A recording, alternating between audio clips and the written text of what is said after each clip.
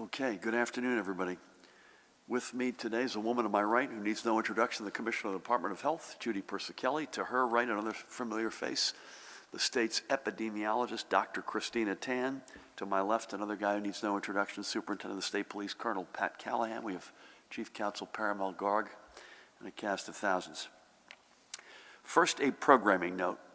And we're going to go with this and see how it feels as we have over the past. Starting today, we're going to drop back to providing these in-person briefings once a week, and at least for the time being on Mondays. Throughout the pandemic, we have altered, as you know, the numbers of briefings based on numerous factors, including the paths that the numbers are taking and our expectations for major announcements. As things are currently progressing, we are confident in being able to meet once a week. And as always, the numbers will continue to be updated daily on our dashboard at covid19.nj.gov, which you see on the screen. And we'll continue to push out information through our social media channels. So again, we'll meet, unless you hear otherwise, Mondays at 1 o'clock right here. Before we get to the numbers, I want to quickly speak to Congress's passage at long last of the bipartisan infrastructure bill late Friday night. For New Jersey, this bill can be summed up in two words: game changer. First and foremost, the infrastructure bill sets up the long-awaited construction of the Gateway, the full Gateway program of rail improvements leading to and from New York City, including the desperately needed new rail tunnels under the Hudson. Gateway aside, there is more than $12 billion that New Jersey is now set to receive to give our state the safe, modern, and reliable infrastructure our economic future demands. There is no lack of roads or bridges needing repair. For example, more than 500 bridges statewide are categorized as structurally deficient. There is no lacking for upgraded mass transit networks, including buses and ferries. No lack of need for electric vehicle charging stations, for improved internet connectivity, and on and on. All of this is covered in this bill. I'm equally pleased, I think this is a real badge of honor for Jersey, that every single member of our Congressional House delegation on both sides of the aisle voted for these critical investments on Friday. This vote is proof that Congress could get big things done. And of course, both of our terrific senators had already voted for infrastructure, I think as far back as August. These projects will create good jobs now and support good jobs for years to come. And for a state like ours, which relies upon solid infrastructure like few others, this is fuel for our continued economic growth and security. I congratulate the President for his hard work to get this historic investment done. And again, I thank our delegation, Democrats and Republicans, who helped write it and support it. And at the same time, I am pleased that the latest iteration of the Build Back Better plan, which should soon be before Congress, would restore the federal, state, and local tax deduction for countless middle-class New Jersey homeowners.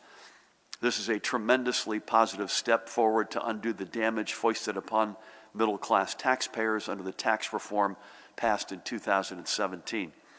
Our delegation, again, has been central in getting the SALT deduction restored, and I thank them for this as well. Now let's get this done and get tax relief into the hands of our middle class, as well as making child care more affordable and accessible, getting a strong focus on clean energy to combat climate change, and more issues critical to our state's economic long-term well-being. Next up, a quick announcement from the Department of Human Services that they continue to accept applications for the Excluded New Jerseyans Fund program. This program is open to individuals who suffered an economic hardship due to COVID-19, but were excluded from pandemic-related financial help, including residents returning from the justice system and undocumented individuals. For complete eligibility information and to apply, please go to that website, excludednjfund.nj.gov, excludednjfund.nj.gov. And with that, let's move to today's numbers. The important thing with today's overall vaccination numbers, Judy, I think, is that children aged 5 to 11 years are now eligible to receive the Pfizer vaccine. And as we noted last week, we hit the green light on this the moment the FDA provided its final vaccination guidance, which I believe was on Wednesday. As of this morning, you can see 9,116 between the ages of 5 to 11 years old have gotten their first dose. So for all parents, we strongly encourage you to get your child vaccinated against COVID. When I look back at our announcement over the summer that our schools would begin the academic year with a masking requirement in place, by the way, a requirement that gave none of us any joy, one of the reasons was that our youngest students were not yet eligible for vaccinations. Well, now they are. And with each child who gets vaccinated and enters a classroom with an educator who was vaccinated and sits among their peers who are vaccinated, the closer we get to being able to lift this requirement. With that, let's take a quick look at the latest reports of in-school transmission, which we'll get to now as we weren't together last Wednesday. These numbers take us through last Monday, November 1st. For the week of October 25th through November 1st, as you can see, there were an additional 11 outbreaks linked to in-school activities. That's the same number, by the way, from the prior week. So these 11 outbreaks impacted 68 students and 11 staff members statewide. You can see there, too, the overall numbers of students and staff who have tested positive for coronavirus through a confirmed case of in-school transmission. And again, 148 cumulative outbreaks, 681 students cumulatively impacted, 113 members of staff cumulatively impacted. Again, we would never, ever, ever minimize any of these numbers. Every one case is one case too many. But it does bear repeating that we have more than 1.5 million students across 3,500 school buildings statewide. These overall numbers are proving that our multi-layered approach to safety is working, and it can only be enhanced through vaccination. Let's also, in that respect, take a quick look at the latest breakthrough case numbers as well. And as the recent spike in cases due to the Delta variant wanes, so too, I'm knocking on wood, Judy, on that one, and Tina, so too has the numbers of identified breakthrough cases. But what hasn't changed is the fact that the vaccines continue to prove highly effective in not only slowing the spread of the virus, but in preventing those who do test positive from developing a case of COVID that would land them in the hospital or, worse yet, kill them. And here are the latest preliminary weekly results. Again, and across the board, the overwhelming majority of new cases, hospitalizations, and deaths continue to be from among the distinct minority of residents who remain unvaccinated. Here are today's latest newly reported cases. Over the past several days, the rate of transmission ticked up above that benchmark level of 1, meaning a slightly increasing rate of spread. This should just remind us that this virus is still among us.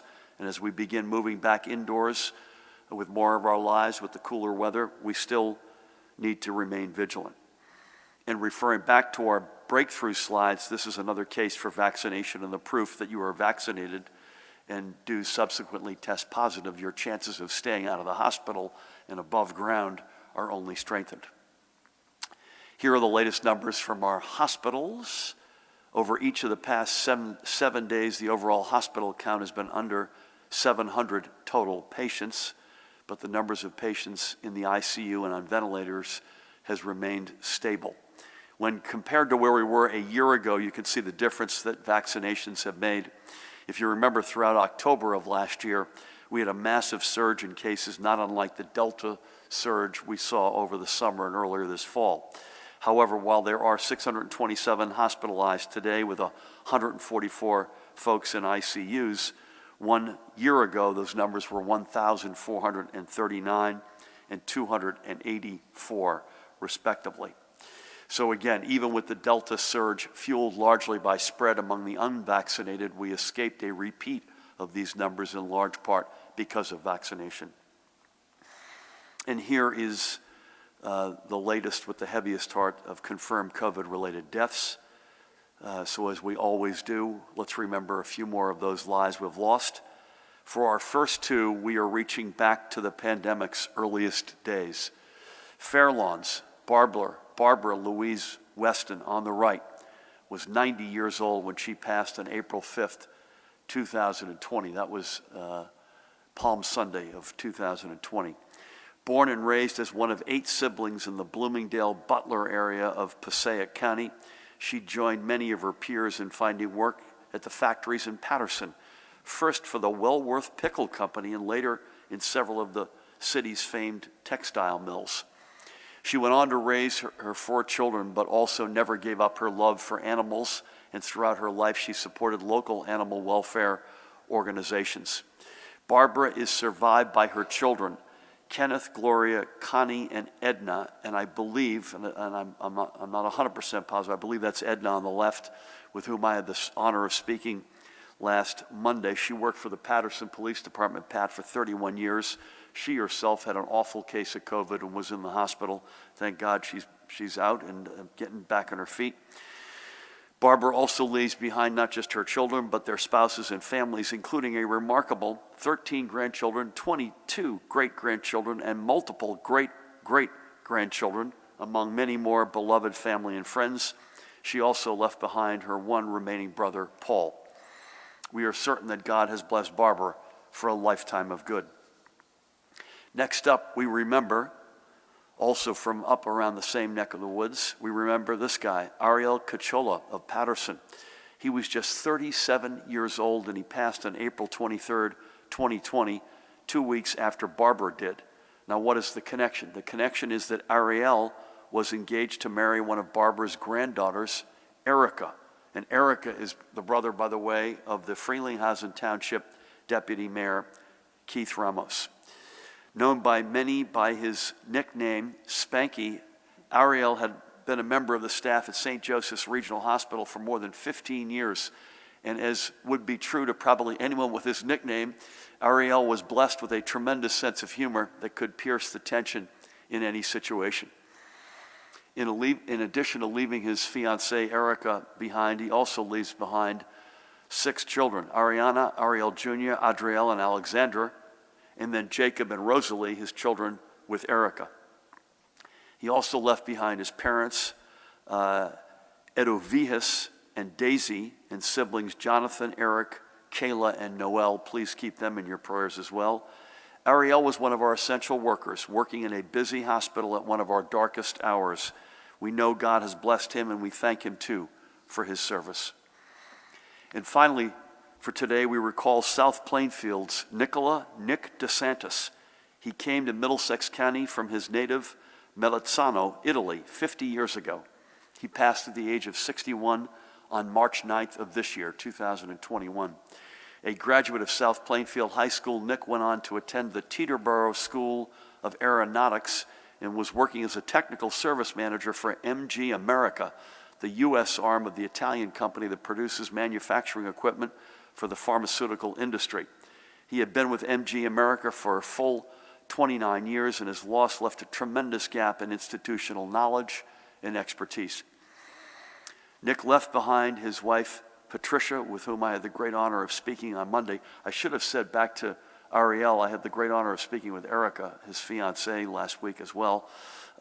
Nick left behind his wife, Patricia, again, with whom I had the great honor of speaking, and 3 children. Thomas is in Piscataway, Michelle in Jersey City, and Angela, who was married in July, I'm sure with a heavy heart missing her dad, and she lives in Verona. And their families, including his sole grandchild, Shane. He's also survived by his parents, Antonio and Maria. Please keep them in your prayers. Sisters Lena and Rosa, among many others, both here and back in Italy and around the world. We are grateful that the DeSantis family came to call New Jersey home, and we thank Nick for being a great example for many. May God bless and watch over him and the family he leaves behind. Now let's switch gears, as we also do every day, to salute another small business that is serving its community, thanks in part to the partnership of the New Jersey Economic Development Authority. In 1987, Hildegard Miranda, and that's Hildegard on the right, opened the Mullica Hill Floral Company, which she runs alongside her daughter, the perfectly named Rose Oland on the left, who is the lead floral designer. Together, the two boast a combined 50 years of experience and education in horticulture and floral design. In addition to working with local farms, they even use flowers from their own gardens to make every design special. For many across South Jersey, Mullica Hill Floral Company has been the go-to for weddings and special events, but the pandemic threatened the store as it postponed countless celebrations. Thankfully, Hildegard and Rose found a partner in the EDA, which came through with emergency grants that allowed them to meet expenses. And today, as those postponed weddings and other gatherings are finally being celebrated, Mullica Hill Floral Company is there to fill the need. I had a great conversation last Monday with Rose, and I thank her again for all that she and her mom are doing to make every celebration special. Check them out, mullicahillfloralco.com, mullicahillfloralco.com. And finally, for today, with a heavy heart, I want to acknowledge the untimely and tragic passing of the Department of Human Services Deputy Chief of Staff, this guy, Steve Schultz. He died unexpectedly on Halloween, and he was just 42 years old. He had dedicated his entire career to public service. He was director of the late U.S. Senator and dear friend Frank Lautenberg's South Jersey office, as well as an aide to Assembly Majority Leader Lou Greenwald and a senior staffer in the Camden County Clerk's office. Steve was also the former chief of staff for the Volunteers of America Delaware Valley and served a term as a councilman in Pine Hill. We send our deepest condolences to his wife Melissa and his son Stephen Jr. and Jackson. Those two were his pride and joy. Steve is also survived by his mom Mary and his in-laws, countless friends, and of course his colleagues. And with the heaviest of heart, we will end on that note. So again, I want to thank our congressional delegation for their efforts to pass the most consequential infrastructure bill in at least a generation. And I also want to thank each and every one of you who got out to vote. Democracy is not a spectator sport, as they say. And this year we saw many more New Jerseyans get on the field than in recent non-presidential elections. That's a good thing. This is how we make a stronger democracy and a better New Jersey. And again, we'll be coming at you from now until further notice on Mondays, unless matters demand otherwise. I also want to say I was incredibly proud on Friday to be at the inauguration of Rutgers President Jonathan Holloway, which was a really emotional day and a great day for Jersey and obviously for Rutgers. And with that, please help me welcome the woman who needs no introduction, the Commissioner of the Department of Health, Judy Persicelli. Thank you, Governor. Good afternoon.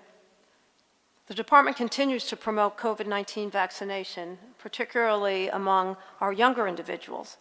The CDC's recommendation to allow the vaccination of children ages 5 to 11 against COVID to help protect this younger population is welcome news to many parents. COVID-19 cases in children can result in hospitalizations, deaths, multisystem inflammatory syndrome in children, and long-term complications such as long COVID, in which symptoms can linger for months. We cannot predict which child may develop severe disease, so it is important that we protect every child. The Pfizer vaccine for this group is 1/3 of the adult dose, and clinical data reviewed by the U.S. Food and Drug Administration has shown the vaccine to be safe and 90.7% effective in preventing COVID-19 in children ages 5 to 11. While most of these children have mild infections, some have more severe illness. Also, these children can transmit the infection to other children and to adults who may be more vulnerable. As of last night, 1.2% of the population 5 to 11 has received 1 dose of vaccine. That is over 9,000 doses. Vaccinating this population can protect other family members and those who cannot get vaccinated. It can help children stay healthy, which will allow them to stay in school, participate in sports, and socialize with their friends. Additionally, anytime the virus is replicating, mutations can evolve, so stopping infections in everyone is the best way to curb this pandemic. Parents who are looking for an appointment for their child between the ages of 5 to 11 can visit covid19.nj.gov/finder. Under Select a COVID-19 Vaccine, they can use the drop-down menu to select Pfizer, BioNTech, age 5+, and find available appointments.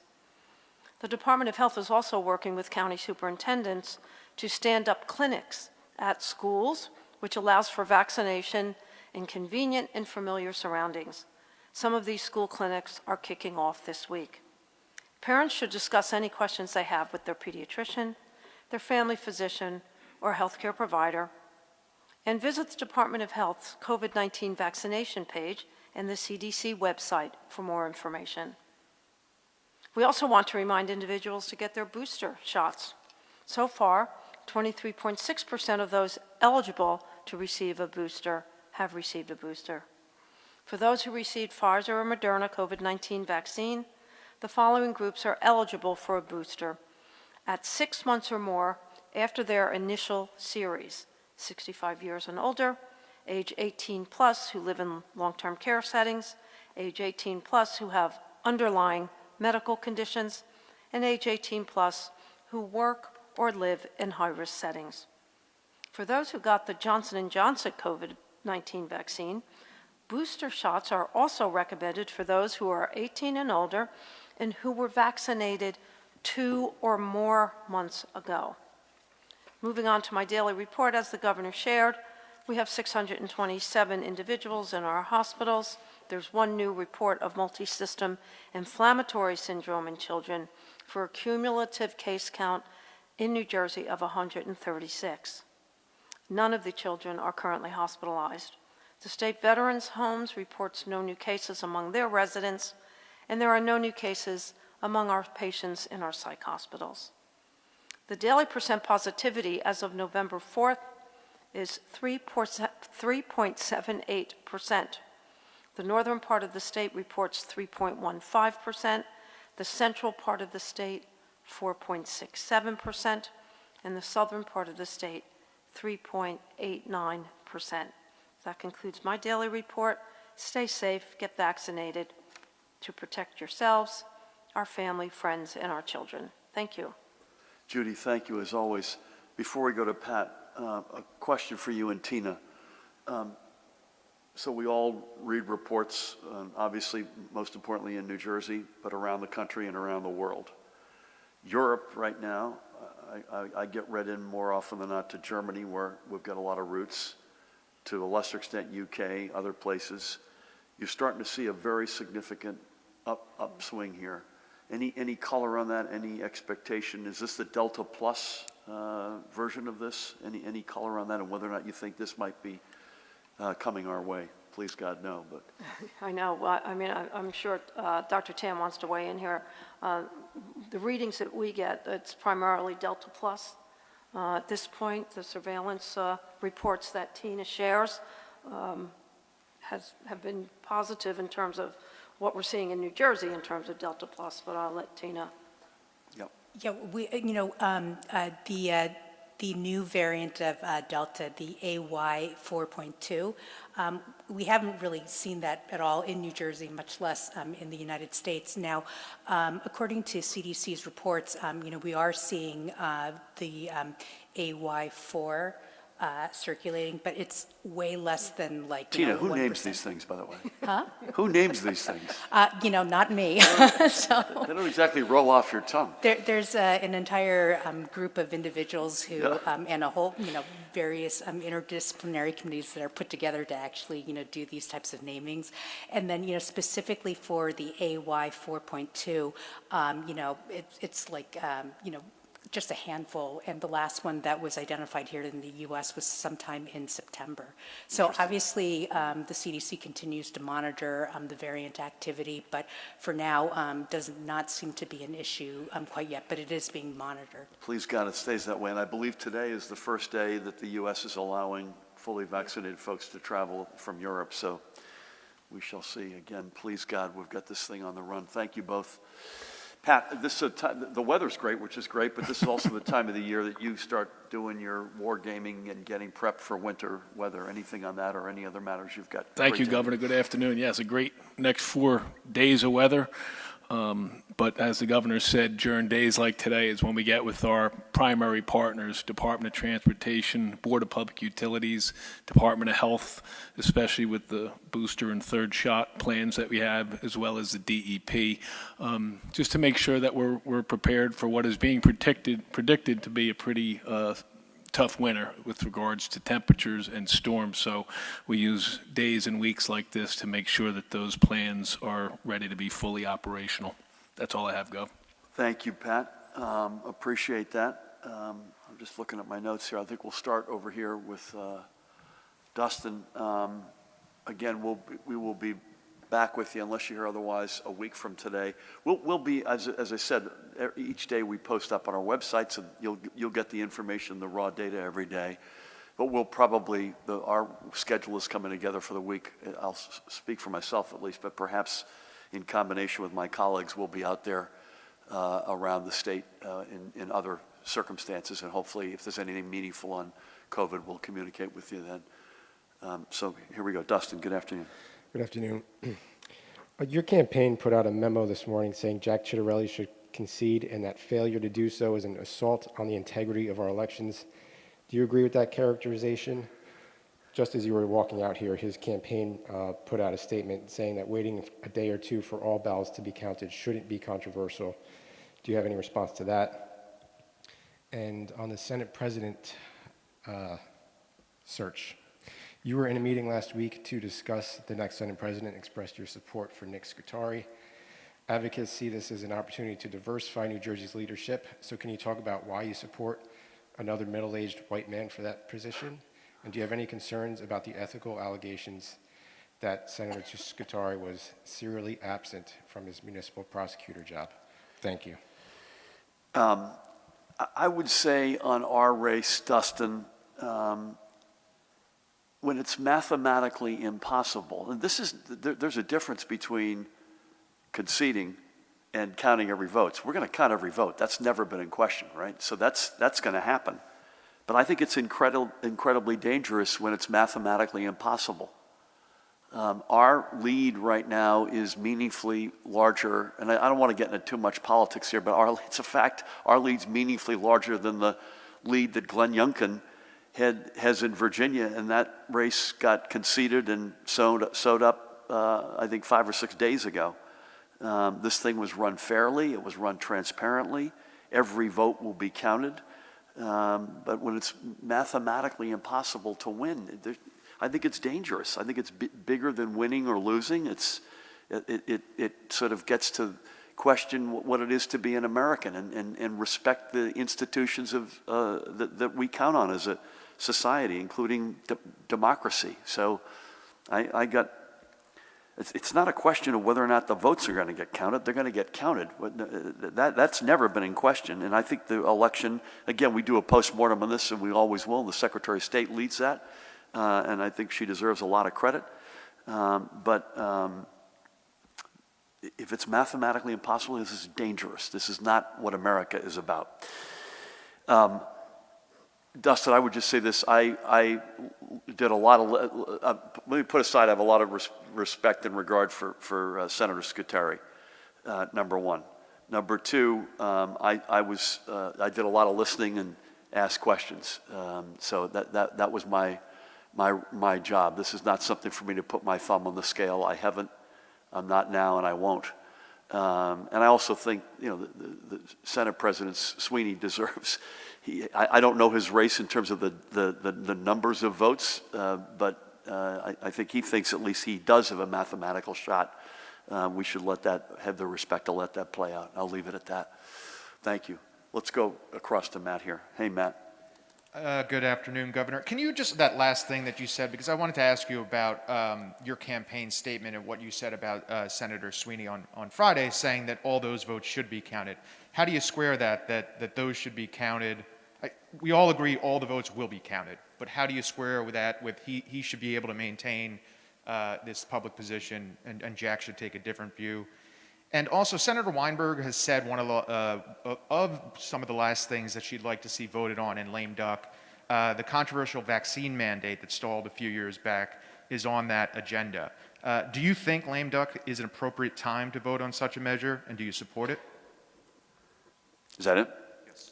Yeah, I think on our race, I know the math. I actually don't know the math on Steve's race, and at least I had the impression that there was a shot.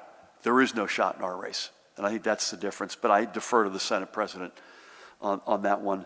I don't have a specific reaction to that, Matt. I did not see Senator Weinberg's statement on that in that respect. So I'll defer if that's okay with you. There are going to be some things that we're going to be hyper passionate about. Protecting a woman's reproductive freedoms is going to be high, if not at the top of that list. But I'll defer in terms of the specifics on that because I have not seen it, and we'll leave it at that. Sam, is that you? Yes, it is. Sam, I'm having trouble, I have to admit to you, with masking. I apologize. That's all right. Facial recognition has gone down here. It's okay. Speaking of the Reproductive Freedom Act, that's the only question I've got for you. How do you see that faring in lame duck, and do you think it's going to be harder for that legislation to pass, as is given how difficult this election was for legislative Democrats? Yeah, I mean, on this one, I don't. The margin of victory, frankly, in this case, whether or not we won, does not factor into my calculus. This is essential, and if folks are just tuning into this, a woman's reproductive freedom in New Jersey is completely predicated on case law, which is in turn completely predicated on Roe v. Wade.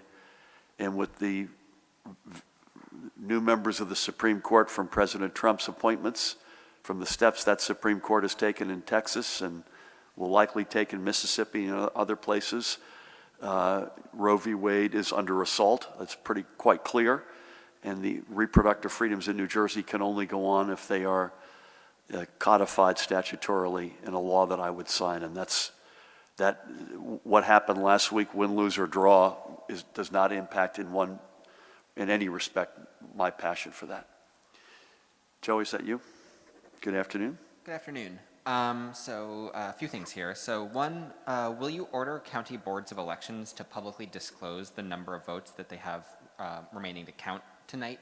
Because theoretically every vote should be at least in, if not counted by tonight. And then also election results on Tuesday looked pretty different than they did on Wednesday, and those look pretty different from they do now. Do you see that as kind of an acceptable status quo, or is that something that you and the state is working on to prevent those sort of like that pretty slow counting that makes results look pretty different at different points? Is there any discussion about potentially leaving the Motor Vehicles Commission open next Monday, Veterans Day, to relieve some of the pressure on that office? And then finally, I just want to follow up on something that Dustin asked as well, with, that it's looking relatively likely that the three most powerful politicians in New Jersey are going to once again be three white men. Do you sort of see that as something that you actually want to try to change? Do you think that that's a problem in such a diverse state? Thank you. I have no problem with their disclosing what's left to count. And Paramount will correct me here if I'm wrong. If your question is as of tonight, then that's entirely provisionals at that point. I no issue with it. I just don't know whether or not that will happen. Paramount, any thoughts?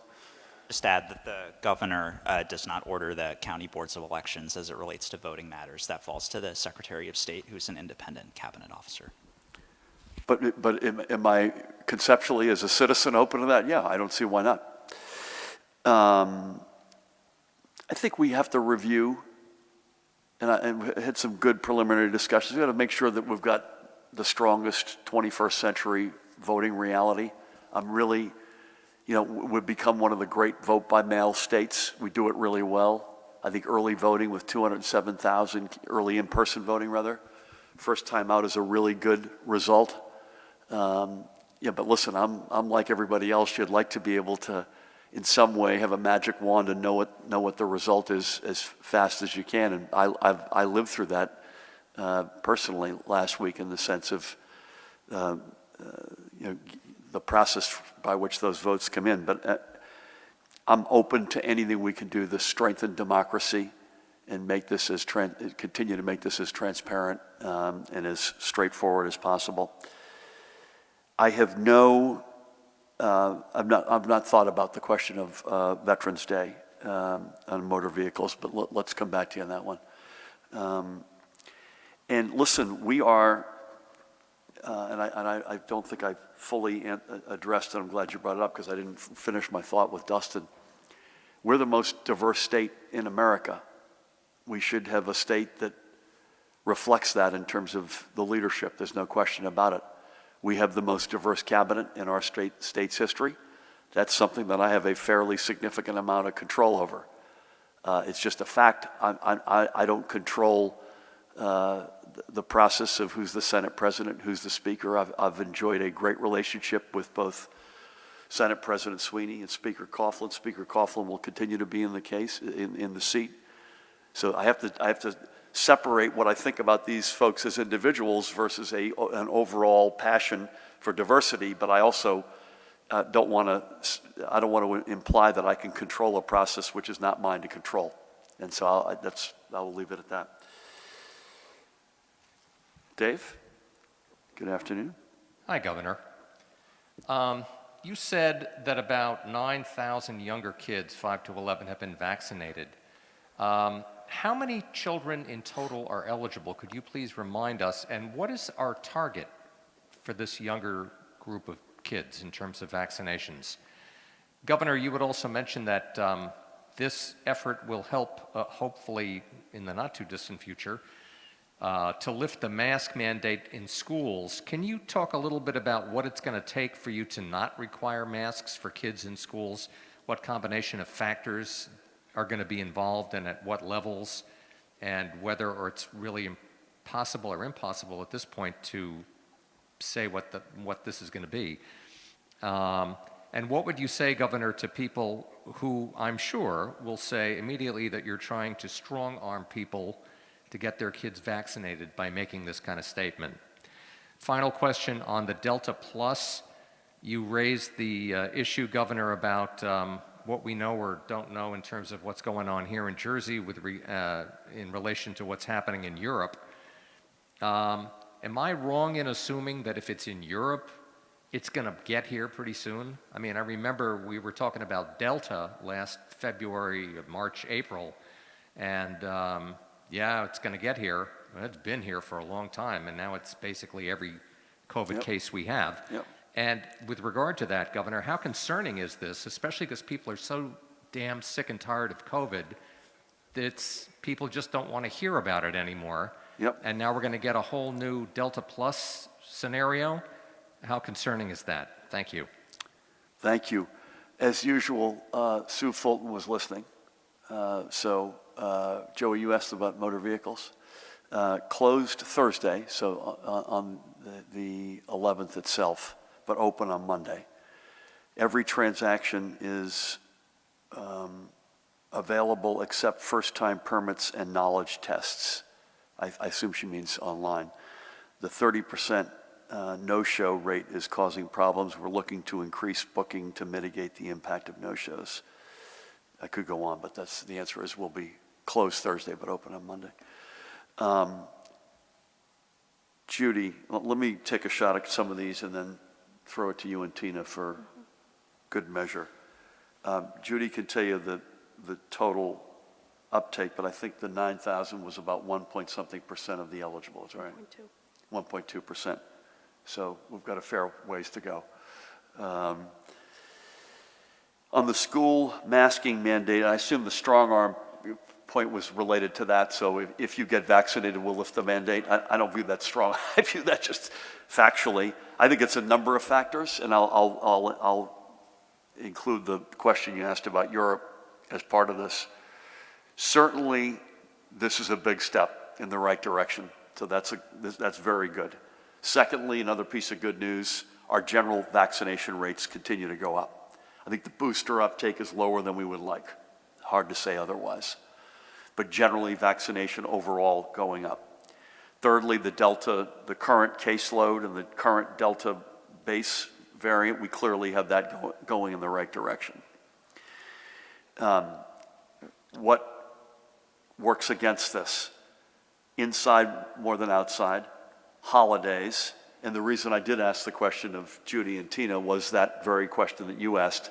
What has hit Europe has historically hit us here. I do think, at least relative to the UK, we've had a more sensible set of parameters in place. We didn't go hog wild on one day as they appear to have. I also think that we've got a good, at least in New Jersey, we have a good hand to play in terms of vaccination rates relative to a lot of the European countries. But I would just say it's a concern, and it'd be hard to say otherwise. Paramount reminds me earlier, the executive order for mask mandating in schools, just to put a date out there, and I'm not suggesting this is the date folks should focus on, but another data point is January 11th. That expires. So we would have to volitionally re-up that. But I would hope this is the beginning of a process, I can't tell you exactly when, that we'll be able to get to that place sooner than later. It's not today, but I hope sooner than later. Judy, any comment on any of that, and Tina as well, including the number of kids versus the universe of kids, et cetera? The 5 to 11-year-olds, there's 760,000 5 to 11-year-olds. And we'd like to get all of them vaccinated. We've moved that dial from 70%, 80, 85%. The more individuals we get vaccinated, the more the virus has no place to go.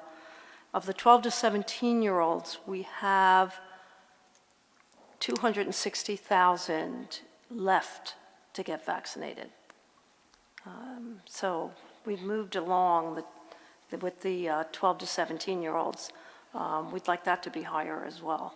So we have 260,000 12 to 17-year-olds, 760,000 5 to 11-year-olds. Tell you in a minute. I'll give that to you in a minute.